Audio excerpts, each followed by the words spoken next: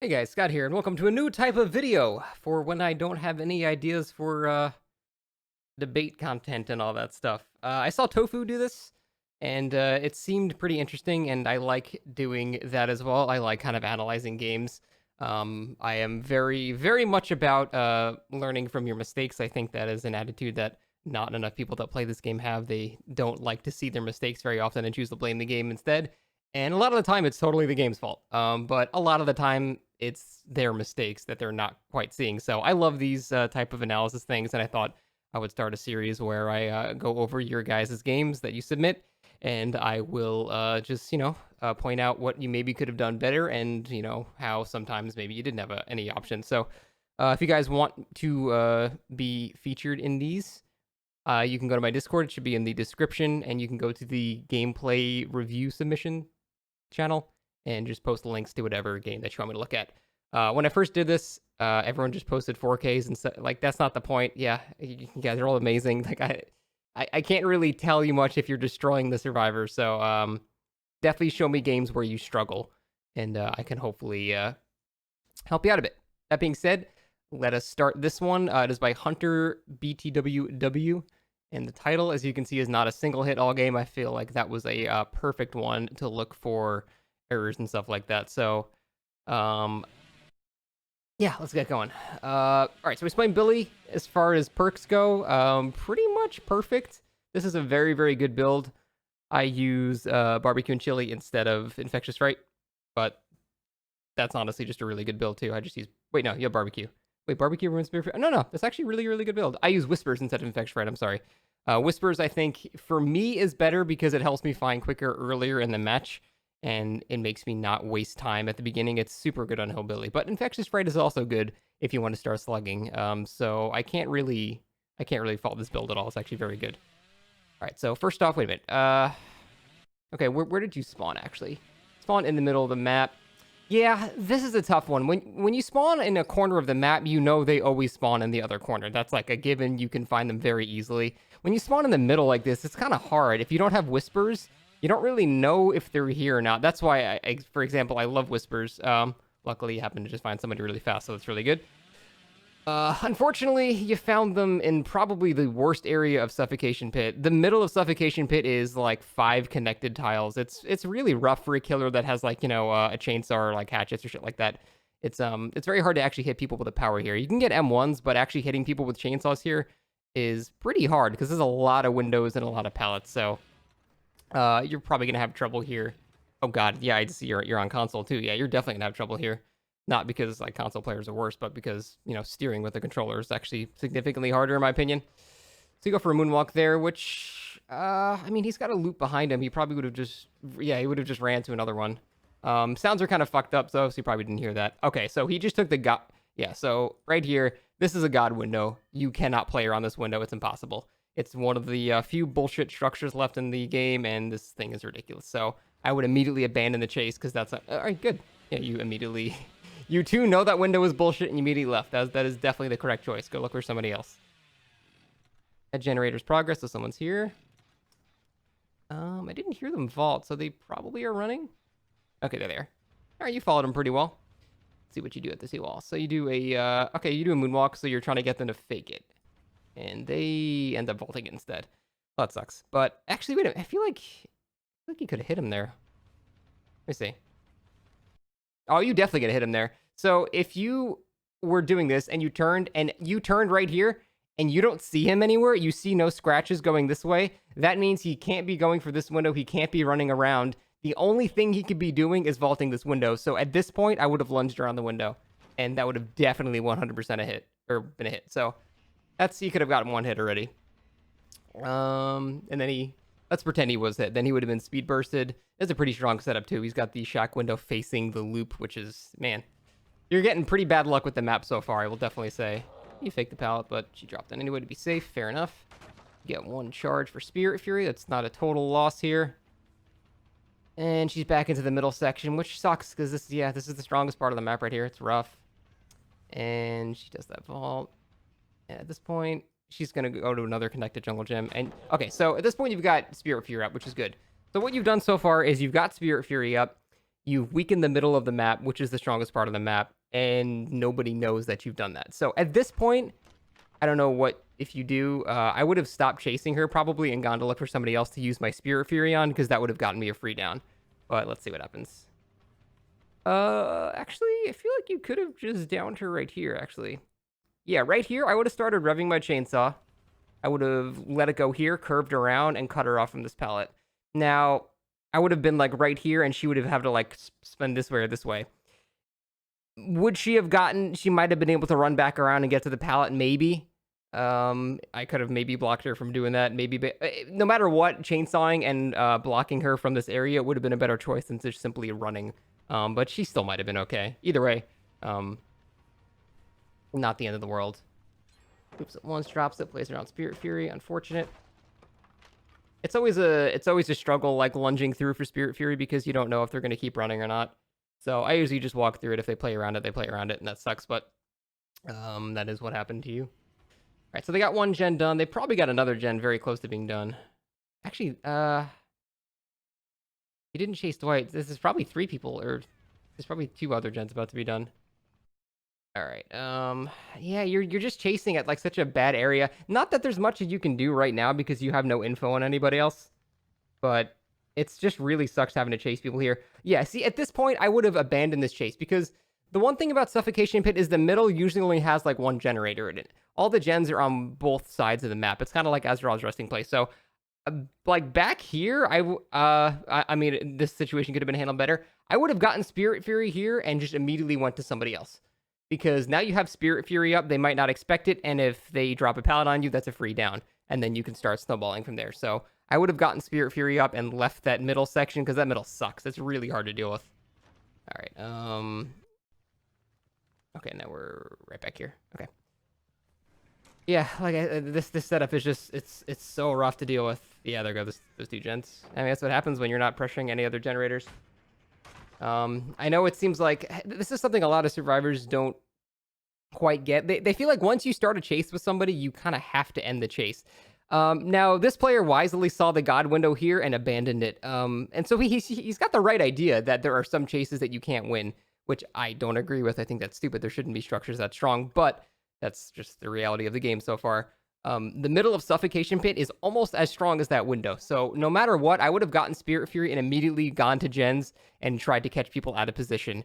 If I just immediately went to them and they didn't really have time to react, they probably would have only got 1 loop out of whatever pallet was nearby, and then I could have used Spirit Fury and down them. So that would have been my plan, but let's see what happens. All right, so now he's chasing Dwight here. There's nothing here, and there's no gen on the other side either, so there's not really much of a reason to be here anymore. I think there's 1 gen still on that side, okay. And now he's got the God window, so this is a fruitless chase. You can't really beat that. At this point, yeah. At this point, all right, so if I'm losing this bad, the first thing I'm going to do is look for a 3-gen strat, because that is kind of a last-ditch effort for a killer to win if they're getting stopped pretty hard. So I would have looked to see, let's see, we had 1 there, and there's 1 right here, and then the other one was, I believe, like right here. Okay, so you do have a 3-gen strat right here. You got this one, and that one. So you do actually have a 3-gen, so I would have, that's rough though, because you got the 3-gen around the God window. That's unfortunate, playing around Spirit Fury. That sucks, you're not getting much use out of it. It happens though. Survivors that expect Spirit Fury, they see Enduring, they start dropping pallets early. That's rough, and now we're back in the middle again. Yeah, as much as I don't want to chase here, it's like there's no one on the... So the 3-gen you've got back there, there's no one currently on it right now. So you really have no reason to not just chase at this point. So I guess here I would be chasing too, but... Okay, I think you're realizing you've got the 3-gen as well, and now you're starting to actually defend your gens. So, okay.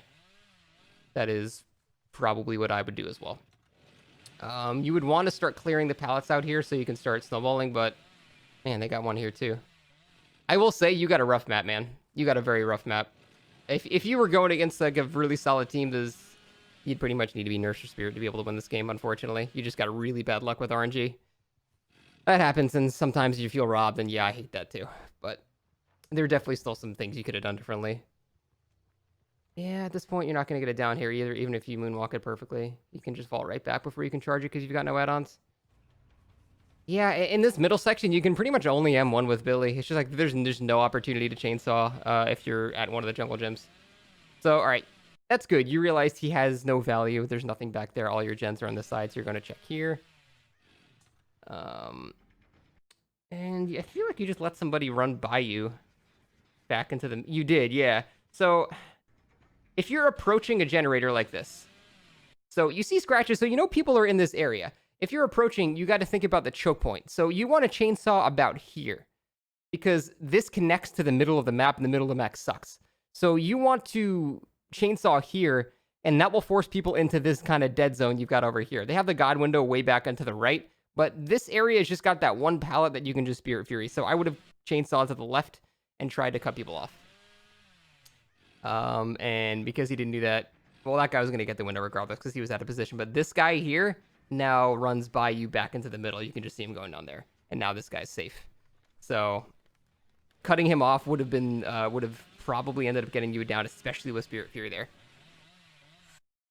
You got the Dwight here with no pallet, but unfortunately you hit the wall, so that stun time's probably going to be enough to get him. Yeah, he's gone. I like what you did there. I like you kind of baited him into coming back to the generator. I do that too a lot. Unfortunately, he's just got a T-wall here, so that's not going to work. But I like where your head's at there. That's actually a really smart thing to do. It seems like they have not come back to this gen. See, oh no, they did come back. How did she get around you there? Hold on, let me see this.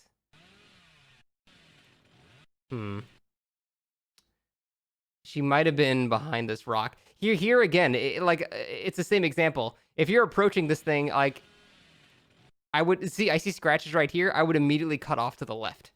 So as soon as I see these scratches, I would just cut her off to the left and not let her get back to the middle of the map. You go too far here, and then she gets behind you, and then she's out. She's pretty much to safety again. So definitely zoning with the chainsaw is a lot better. This has no chance of doing anything.